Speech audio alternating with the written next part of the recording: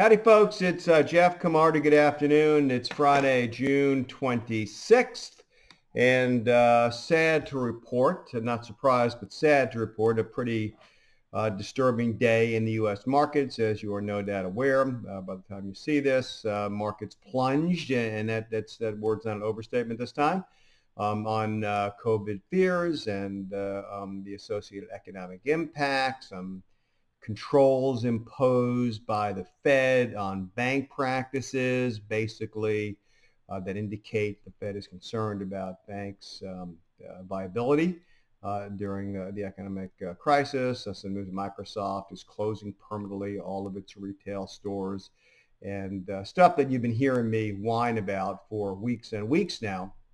And the question really is, where do we go from here? And when the pundits on TV start comparing this to the period after 1929 and the vicious bear markets of the 70s and so on, and you have to wonder, I don't wonder, but you have to wonder if market sentiment is shifting from frothy, greedy, we don't care, let's get it before it goes up anymore, just crazy, the ebullient exuberance to pessimism and fear. And again, these things occur really without a whole lot of rational underpinnings. If you look at this rally we've had, bear market rally in my view, but since the March lows, we're just soared up regardless of the fact, what earnings, who cares, Hertz is out of business, better buy, without really any relationship to what's happening fundamentally. And remember, stocks represent ownership in businesses, and businesses function is to make money, and if they're not making money or they're making less money, the stocks can't be as valuable, right? But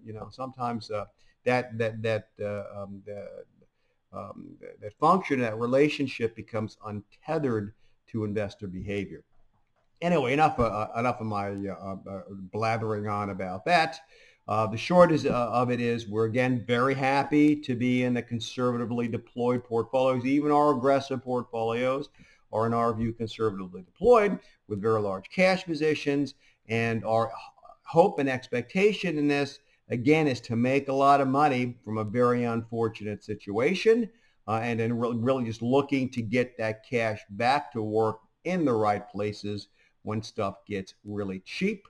And sadly, we think that it will as this virus story unfolds. And I guess that's probably about it. Oh, but before I forget, it is tax time in the middle of July. It's like Christmas in July, right? Well, now it's tax time in July because of the automatic extensions and grace period that IRS has given us all, including themselves. They're struggling too.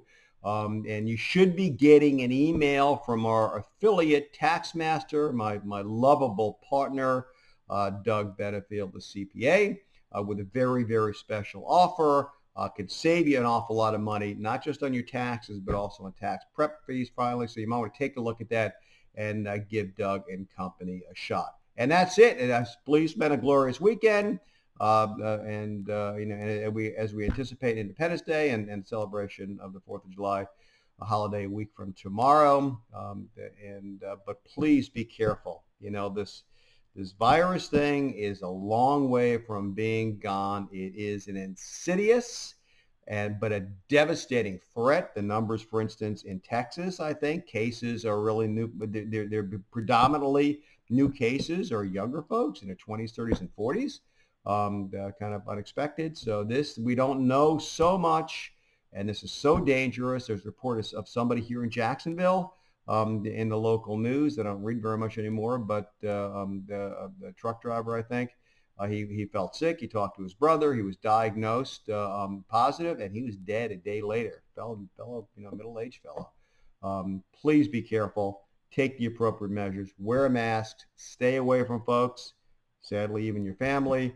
In order to enjoy the prosperity we expect to bring you, you got to be alive and breathing and cognizant to appreciate it, or it is for naught. Anyway, that's enough. Sorry to be such a bummer today. Talk to you Monday. Have a great weekend. Bye-bye.